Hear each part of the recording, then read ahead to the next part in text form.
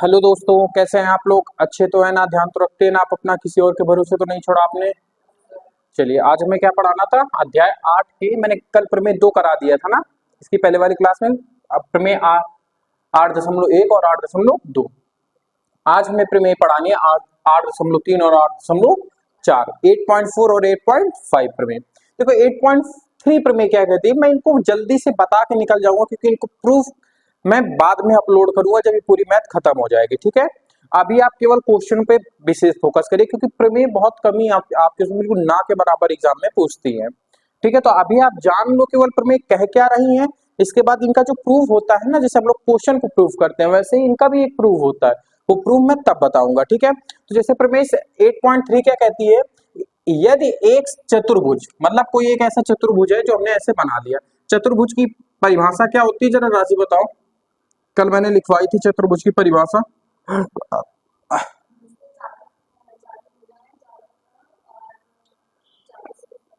ना, वो तो वर्ग बता रहे हो आप, चारों भुजा चारों शीर्ष। परिभाषा क्या होती है? मैंने परिभाषा लिखाई थी अक्षय।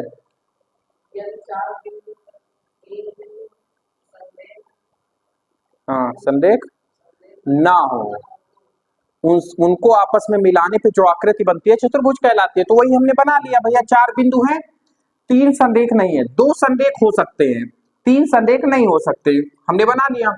अब इस प्रमेय के अनुसार क्या कह रहा है, नाम दे दो ए बी सी और डी। समझना, यदि एक चतुर्भुज की सम्मुख भुजाएं बराबर है, सम्मुख भुजाओं का प्रत्येक युग, मतलब ये भुजा इसके बराबर है भाई, दो ही तो सम्मुख बन रहे हैं प्रमेय, वो बन रही है आपकी पेयर, एक एडी और एक बीसी बन रही है। एक पेयर तो ये बनेगा, दूसरा पेयर सीडी और एबी बनेगी, दो ही पेयर तो बनेंगे। तो प्रत्येक युग्म अगर बराबर है तो वह एक समांतर चतुर्भुज होगा।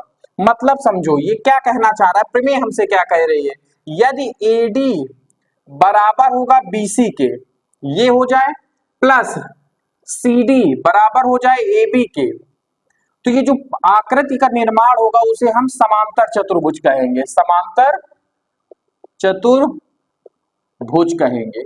ये आकृति कौन सी कहलाएगी? समांतर चतुर्भुज।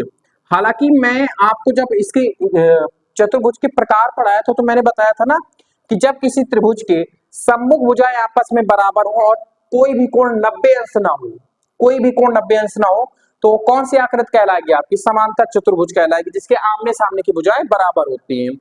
ठीक है, और इसी से एक मिलता जुलता आयत होता है जिसकी आमने सामने की भुजाएं बराबर होती हैं, लेकिन उनका जो प्रत्येक कोण होता है वो कितने अंश का हो जाता है? 90 अंश का हो जाता है, तो वो आयत कहलाता है। ठीक है, मैंने कल बताया था। तो वही ये प्रमेय कह रही है। तो इस बात समझ में आई ना कि ये प्रमेय कह किससे रही है।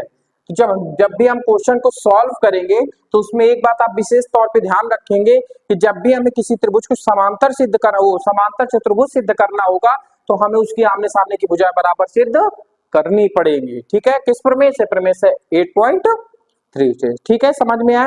अब प्रमेय 8.4 क्या कह रहा है, एक समांतर चतुर्भुज में सम्मुख कोण क्या होते हैं? बराबर होते हैं। समझना, समांतर चतुर्भुज का है मतलब ये ऊपर वाला चतुर्भुज जिसकी आमने सामने की भुजाएं बराबर हो और कोई भी कोण 90 अंश ना हो। ये भुजा इसके, ये भुजा इसके। अब बात गौर से समझना, इसका भी नामकरण कर दिया ए बी सी और डी, मैंने नामकरण कर दिया। अब बात गौर से समझना, इसने ये क्या कहा कि एक समांतर चतुर्भुज जो ये है, क्योंकि आमने सामने भुजाएं बराबर है, कोई भी कोण आपको 90 अंश नहीं दिख रहा है, तो ये क्या हो गया आपका? समांतर चतुर्भुज हो गया। क्या हो गया? समांतर चतुर्भुज हो गया। ठीक है, यहां तक बात समझ में आई आपको? आप समझना कि सम्मुख कोण, अच्छा सम्मुख कोण कौन कौन से होते हैं ये बताओ मुझे। ए के सामने कौन सा कोण जाएगा? सी। तो कोण ए कॉमा कोण सी क्या है? सम्मुख कोण है।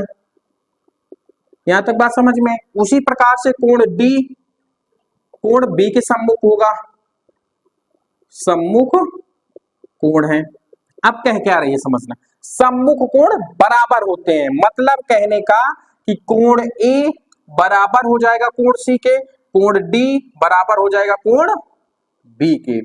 यही आपकी ये प्रमेय कह रही। तो ये दोनों प्रमेय आपको समझ में आई, इसमें बहुत ज्यादा कोई लॉजिक नहीं था। फर्स्ट प्रमेय यही कहती है कि भैया कोई भी अगर चतुर्भुज है उसके आमने सामने की भुजाओं का प्रत्येक युग्म अगर आपस में बराबर है तो जो आकृति बन के निकल के आएगी वो कौन सी आकृति कहलाएगी? समांतर चतुर्भुज कहलाएगी। ठीक उसी प्रकार प्रमेय 8.4 क्या कह रहे हैं? एक चतुर्भुज में सम्मुख कोण आपस में बराबर होते हैं। जब ये कंडीशन को कोई आकृति फुलफिल कर रही होगी कि आमने सामने की भुजाएं बराबर हो, कोई भी कोण 90 अंश ना हो, तो उसके जो भी सम्मुख कोण होंगे वो आपस में बराबर होंगे। कोण ए कोण सी के बराबर होगा, कोण बी कोण डी के बराबर होगा। तो दोनों प्रमेय आपको समझ में आ गए। नोट कर लो, फिर इसके बाद आगे वाली प्रमेय बताते हैं आपको। नोट कर लो जल्दी से।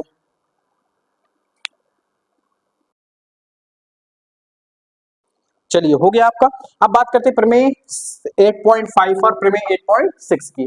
क्या कह रही है प्रमेय?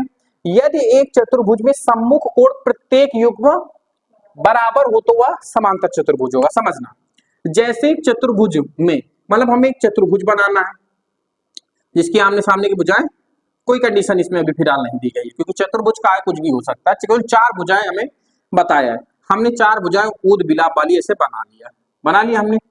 चलो, क्या कहा है कि सम्मुख कोण मतलब ये कोण इसके और ये कोण इसके प्रत्येक युग्म बराबर है। इसका नाम दे दो ए बी सी और डी।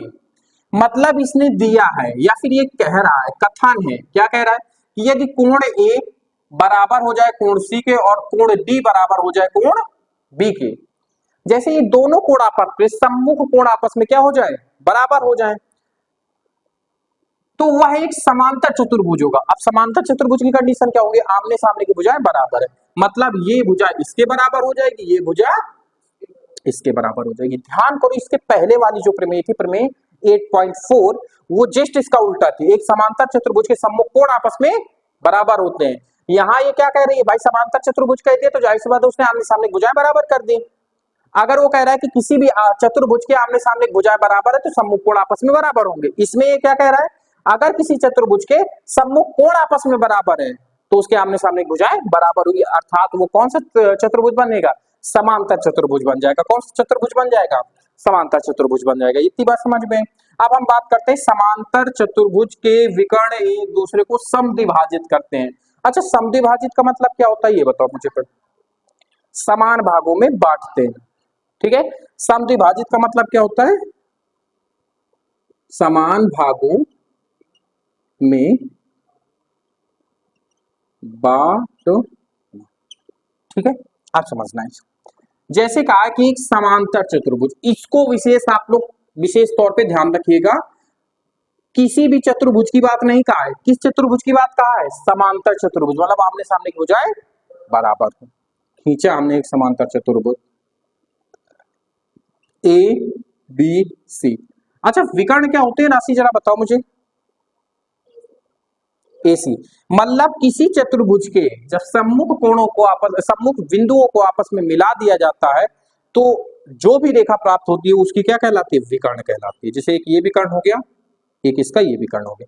तो क्या कहा है? एक दूसरे को समद्विभाजित, गौर से पढ़ा, समांतर चतुर्भुज के विकर्ण एक दूसरे को समद्विभाजित, समान भागों में विभाजित करते, मतलब बांटते। मतलब जहां पर ये एक दूसरे को काटते हैं, मतलब ये वाला भाग इस भाग के बराबर होगा और ये वाला भाग इस वाले भाग के बराबर होगा, तभी तो समद्विभाजित करते हैं, दो बराबर भागों में बांटते हैं। भाई ये वाली रेखा भी जहां से कटेगी वहां से दो बराबर भागों में हो जाएगा। जितनी लेंथ ये होगी उतनी ही लेंथ ये होगी, जितनी ही लेंथ इधर होगी उतनी ही लेंथ इधर होगी। तो समझ में आया आपको प्रमेय कि नहीं समझ में आई?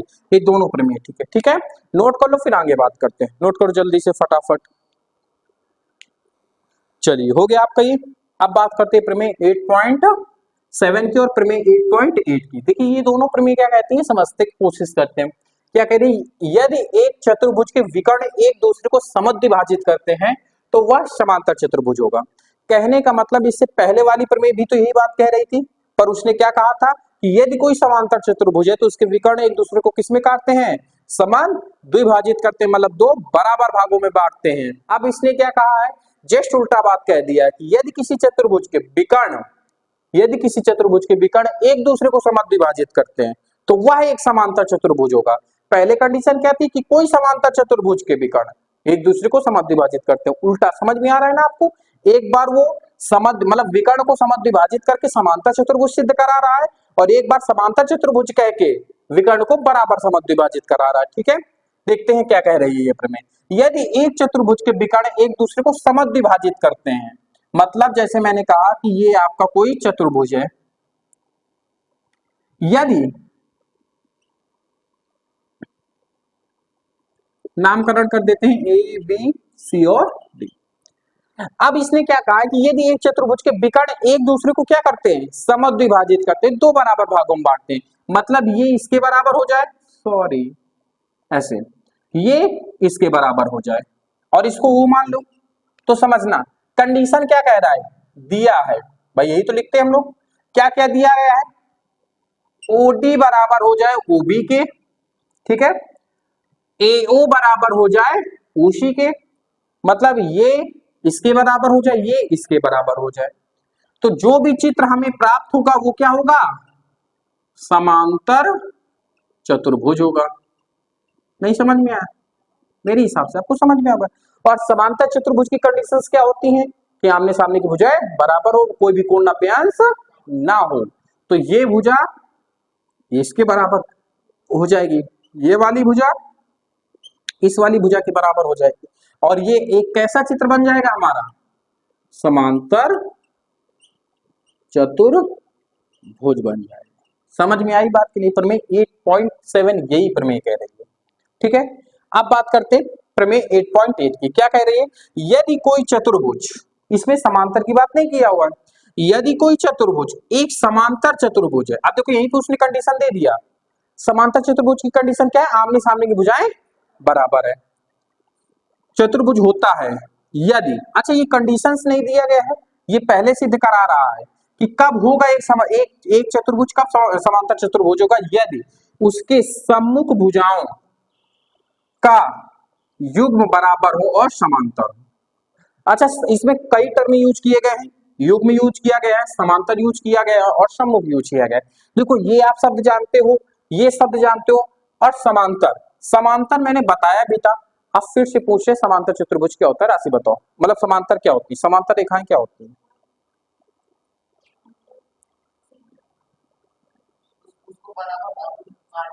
तो वो तो समद्विभाजित होता है, क्या बराबर होते हैं, वो भी समद्विभाजित। समांतर का मतलब होता है ऐसी दो रेखाएं जो जिंदगी में कभी भी एक दूसरे को ना काटे, समान अंतर रखती हो, क्या कहलाती हैं, समांतर चतुर्भुज कहलाती हैं। समझ में आई बात की नहीं आई आपको, आगे ना पक्का बेहतरीन तरीके से। चलो अब बात करते हैं क्या कह रहा है, यदि कोई चतुर्भुज एक समांतर चतुर्भुज है, मतलब ये कंडीशन दे रहा है कि चतुर्भुज एक समांतर चतुर्भुज है, कब, उसकी सम्मुख भुजाएं, मतलब मैंने एक चतुर्भुज बना लिया, इस प्रकार से बना लिया, ए बी सी और डी नाम मैंने इसके दे दिए, एक चतुर्भुज मैंने बना लिया। अब क्या क्या, यदि उसकी सम्मुख भुजाएं, सम्मुख भुजाएं कौन कौन सी है, एडी सम्मुख भुजा है किसके, बीसी के। अब देखो इसमें क्या कंडीशन दे रहा है, पहली कंडीशन, दूसरी कंडीशन क्या दे रहा है, डीसी एबी के, ठीक है, यदि उनकी सम्मुख भुजाओं का युग्म बराबर हो, मतलब ये दो आपस में बराबर होनी चाहिए, समांतर का जो भी युग्म बना, हमने दो ही एक युग्म ये बना, युग्म मतलब समझते हो कि नहीं समझते हो, बार बार जोड़ा जिसको कहते हैं, जोड़ा, जोड़ा समझते हो कि नहीं समझते हो, शादी के बाद एक मेल और फीमेल का जो आपस में साथ में रहते हैं उनको क्या कहा जाता है, जोड़ा कहा जाता है, क्या कहा जाता है, जोड़ा कहा जाता है, मतलब अपने ही जैसे किसी साथी के साथ रहना क्या कहलाता है, जोड़ा। तो यहाँ पर भी देखो दो चीजें, दो रेखाएं हैं कि नहीं, एक ये रेखा एक ये रेखा आपस में एक जोड़ा बनाती हैं, ये रेखा आपस में एक जोड़ा बनाती हैं, और उन्हीं युग्म को क्या कहा है, वो बराबर हो और क्या हो, समझना, और समांतर हो, एक कंडीशन उसने और कहा है कि एडी समांतर हो बीसी के और डीसी समांतर हो एबी के। समझ में आई, मतलब ये दोनों रेखाएं एक दूसरे को कभी ना काटे, चाहे उधर को बढ़ाओ चाहे इधर को बढ़ाओ, और ये रेखाएं भी एक दूसरे को कभी ना काटे, चाहे इधर को बढ़ाओ चाहे इधर को बढ़ाओ। तो ये दोनों रेखाएं समांतर हो, ये दोनों रेखाएं एक दूसरे के समांतर हो, प्लस दोनों रेखाएं बराबर होनी चाहिए। अगर इतनी कंडीशंस को फुलफिल करता है तो जो ये आकृति बनेगी, मतलब ये इसके बराबर हो, ये इसके बराबर हो और ये आपस में समांतर हो, तो जो भी आकृति बनेगी वो क्या बनेगी, समांतर चतुर्भुज बनेगी। क्या बनेगी, समांतर चतुर्भुज। समझ में आई दोनों रेखा, दोनों प्रमेय की नहीं समझ में आई, 8.7 क्या कहा है, चित्र बना लो फटाक से। एक चतुर्भुज के विकर्ण एक दूसरे को समद्विभाजित करें। विकर्ण अगर एक दूसरे को समद्विभाजित करते हैं तो वह जो भी आकृति मुझे प्राप्त होगी क्या कहलाएगी, आपकी चतुर्भुज कहलाएगी या समांतर चतुर्भुज कहलाएगी। प्रमेय 8.8 क्या कह रहा है, यदि कोई चतुर्भुज एक समांतर चतुर्भुज होगा यदि उसकी सम्मुख भुजाओं का एक युग्म बराबर है और समांतर है, एक युग्म आपस में बराबर है और समांतर है। चलिए नोट कर लीजिए। अब आते हैं इसके क्वेश्चनों पे, ठीक है। क्वेश्चन इसके ठीक ठाक है, सरल भी है और कुछ कठिन भी है, ठीक है। नोट करो, फिर इसके बाद बात आगे करते हैं जल्दी से। चलो हो गया। अब बात करते हैं प्रश्नावली 8.1 की। प्रश्नावली 8.1 पहला क्वेश्चन राशि जरा पढ़ो, क्या कह रहा है पहला क्वेश्चन। पहला क्वेश्चन तो बहुत ही सरल है। अच्छा हाँ, नोट एक और लिखाना था आपको, वो नोट लिख लो, फिर इसके बाद बात करते हैं, ठीक है। लिखो, नोट लिखो जरा सा। नोट, किसी भी चतुर्भुज के अंतः तथा बाह्य, चाहे अंतः हो चाहे बाह्य, कोणों, अंतः तथा बाह्य कोणों का योग राशि। अच्छा एक चीज बताओ, मैं एक क्वेश्चन तुमसे पूछ रहा हूं, एक चतुर्भुज में कितने कोण होते हैं ये बताओ मुझे। 4 कोण होते हैं। 4 कोण अंतः होते हैं और 4 ही कोण बाह्य होते हैं। चलो ठीक है, अच्छी बात है। अंतः कोण तथा बाह्य कोणों का योग, अंतः कोण हो या फिर बाह्य कोण, तथा ना लिखो नहीं तो गड़बड़ हो जाएगा। अंतः या बाह्य कोणों का योग 360 होता है। जैसे हम लोगों ने अभी तक त्रिभुज में पढ़ा था ना कि त्रिभुज के तीनों अंतः कोणों का योग कितना होता है, 180 अंश, और त्रिभुज के बाह्य कोणों का योग कितना होता है, 360 अंश। ठीक उसी प्रकार से चतुर्भुज में अंतः कोणों का योग भी और बाह्य कोणों का योग भी कितना होता है, 360 होता है। कितना होता है, 360 होता है। ठीक है, हो गया। चले साफ कर दे इसको। ऑनलाइन बच्चे पॉज करके वीडियो नोट कर ले, ठीक है। चलो अब क्वेश्चन नंबर पहला पढ़ो, क्योंकि पहला क्वेश्चन इसी से रिलेटेड है, ठीक है। पढ़ो जरा सा पहला क्वेश्चन क्या कह रहा है। फर्स्ट क्वेश्चन क्या कह रहा है, एक चतुर्भुज के सुनो, एक चतुर्भुज के कोण मतलब कितने अनुपात में है, 3 अनुपाते 5 अनुपाते 9 अनुपाते 13। ये इनके 4 कोण है। ये पहला कोण ले लो, ये इसका दूसरा कोण ले लो, ये तीसरा कोण ले लो और ये चौथा कोण ले लो। बात समझ में आई आपको। इन 4 कोणों को इन्होंने अनुपात में दे दिया है, ठीक है। बात समझ में। तो इन चतुर्भुज के सभी कोणों का मान ज्ञात करो। हमें क्या ज्ञात करना है, प्रथम द्वितीय तृतीय और चतुर्थ कोण का मान ज्ञात करना है। मान ज्ञात करना है, ज्ञात करना है। अब बात गौर से समझना, क्या हुआ, समझ में नहीं आ रहा है क्या कि क्वेश्चन नहीं मिल रहे। चलो न्यू वाली बुक में नहीं है, कोई बात नहीं, इसमें देखो हमसे। अच्छा एक बात बताओ, अनुपात का कॉन्सेप्ट पहले समझो, ये आज का लास्ट क्वेश्चन होगा, इसके बाद फिर क्लास को एंड कर देंगे, ठीक है, क्योंकि टाइम हो रहा है। अच्छा एक गौर से देखो, अनुपात का मतलब क्या होता है। अनुपात, अनुपात का मतलब होता क्या है, बटा होता है, भाग आप देसी भाषा में कह सकते हैं, ठीक है। जैसे मैंने कहा कि 2/4 और 4 अनुपात 8, इन दोनों का अनुपात बराबर है। इसको भी काटोगे 2 से, 2 एक कम 2, 2 दूनी 4, 1 अनुपात 2 आएगा। इसको भी काटोगे 4 एक कम 4, 4 दूनी 8, 1 अनुपात 2, ये भी आएगा, बराबर आया। लेकिन हमने दोनों की वैल्यू अलग अलग लिया था कि नहीं लिया था, यही समझ में आया, अभी आ गया ना। तो हम क्या कह सकते हैं इसमें कि जो, अब देखो इसी को पकड़ते हैं, 2/4 और 4/8। जब हमें इसको इसमें कन्वर्ट करना पड़ता है तो 2 से गुणा करा देते ही नहीं करा देते। देखो 2 दूनी 4, 4 दूनी 8, मतलब किसी फिक्स संख्या से गुणा कराने के बाद ही तो उसका अनुपात चेंज होता है। तो इस प्रकार से ये 4 अनुपात दिया गया है। बात बहुत गौर से समझना। अगर मैं किसी एक संख्या का गुणा करा दूं जो मुझे नहीं पता है कि कौन सी संख्या हो सकती है, 1 भी हो सकता है, 2 भी हो सकता है, 3 भी हो सकता है, इवन इनफाइनाइट भी हो सकता है, x भी हो सकता है और n भी हो सकता है, मतलब कुछ भी हो सकता है। जैसे मैंने यहां 2 का मान रखा तब ये मान आया, लेकिन दोनों का अनुपात बराबर है कि नहीं है, तो इस प्रकार की बहुत सारी संख्याएं होगी जो 3:5, 5:9, 9:13 में होगी। तो उसमें से हमारा आंसर कौन सा है, वो आंसर ज्ञात करने के लिए जैसे हमने यहाँ पे 2 से गुणा किया, तो मुझे नहीं पता किसी एक संख्या से गुणा कर दूं तो ये अनुपात नॉर्मल में टूट जाएगा कि नहीं टूट जाएगा। अभी नहीं समझ में, समझना गौर से जो समझा रहे हैं। जैसे मैंने कहा कि निम्न अनुपात में x से गुणा कराने पर, x से गुणा कराने पर जैसे ही हमने x से गुणा कराया तो ये क्या बनेगा 3x, और जो अनुपात था ना वो क्या हो जाता है, खत्म हो जाता है। ये हमारा पहला कोण है, ये क्या है 5x, ये हमारा दूसरा कोण है, ये हमारा तीसरा कोण है, और ये हमारा चौथा कोण है। तो मैंने हमने एक फिक्स संख्या किससे गुणा करा दिया, x से। जैसे हम इधर क्या किससे करा रहे थे 2 से, उसी तरीके से हमने उसमें किससे गुणा करा दिया, x से। लेकिन किंतु परंतु बंधु, हमें x का मान फाइंड आउट करना पड़ेगा, तभी तो इसकी एग्जैक्ट वैल्यू निकल के आएगी। क्योंकि हमसे पूछा क्या है, पहले दूसरे तीसरे और चौथे कोण का मान ज्ञात करना है, मान ही तो हमसे पूछा है। तो कहीं ना कहीं x में अगर हम वैल्यू देंगे तो क्या हमारा क्वेश्चन सॉल्व माना जाएगा, नहीं माना जाएगा। तो कहीं ना कहीं हमें x की तो वैल्यू फाइंड आउट करनी ही पड़ेगी। कैसे करेंगे समझते जाना। अच्छा एक बात बताओ, मैंने अभी नोट में आपको लिखाया था कि चतुर्भुज के तीनों ये अंतःकोण है, चतुर्भुज के चारों अंतःकोणों का योग कितना होता है,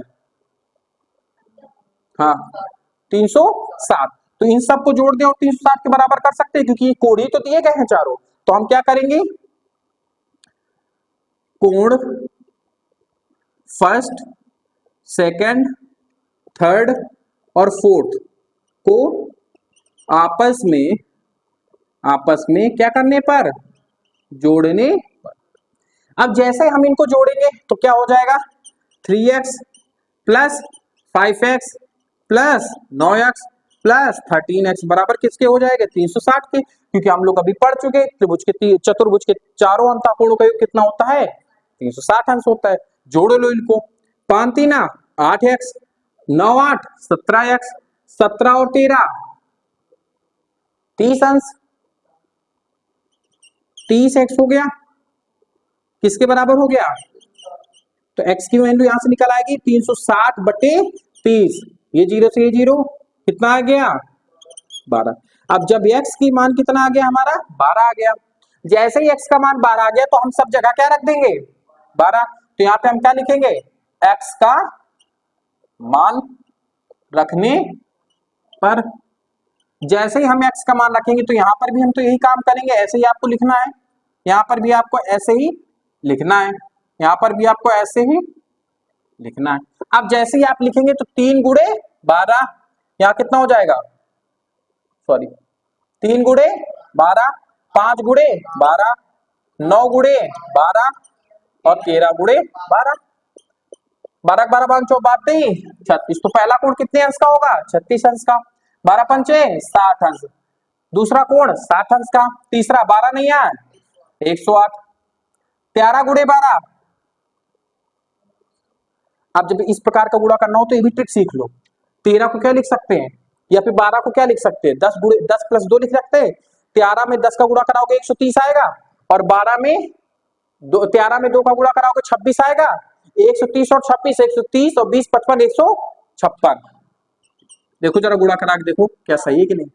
मुझ बानी गुणा हमने कराना आपको सिखा दिया।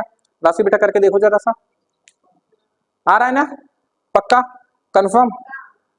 देखो जरा सा, इतना ज्यादा आप लोग इंटेलिजेंट होते जा रहे हो, हमसे पढ़ाई करोगे देखो कितना आगे जाओगे। शॉर्टकट में बताना सिखा दिया, ठीक है। आप इसी देखो अभी ये भी सीख लो। 12 गुणे 13 को आप ऐसे भी कर सकते हो, 10 गुणे 10 + 3 गुणे 12, 120 + 24, 12 12 5 36, कितना होगा 36, कितना आ गया 156। लेकिन ये करना दिमाग में ज्यादा क्यों रहेगा जानते हो, 12 का गुणा 3 में करोगे 36 आएगा, और 120 को 36 में जोड़ना अपने में एक महाभारत है। और अगर आपने यही किया 13 गुणे 10 + 2 तो 130 + 26 आराम से जोड़ लोगे। 30 और 20 जोड़ दो कितना हो गया 150 और 6 और जोड़ दो 156, तो 156। तो कैलकुलेशन भी आपकी फास्ट होती जाएगी धीरे धीरे, मैं बताता रहूंगा ट्रिकें कैसे यूज करते हैं। आज की क्लास को यहीं पे एंड करते हैं, बाकी बातें करते हैं नेक्स्ट क्लास में कल। आज काफी टाइम हो गया, अंधेला भी हो गया और अक्षय को तेंदुली जानना है तो टाइम काफी हो गया, ठीक है। तो आज की क्लास को यहीं पे एंड करते हैं। ऑनलाइन बच्चे बार बार देखते रहेंगे, मजाक से हटके। आपको अगर क्लास कैसी लगी फीडबैक जरूर दीजिएगा कमेंट बॉक्स में, वीडियो को लाइक करिएगा, चैनल को सब्सक्राइब करिएगा। बाकी बातें करते हैं नेक्स्ट क्लास में। धन्यवाद हमारे साथ बने रहने के लिए।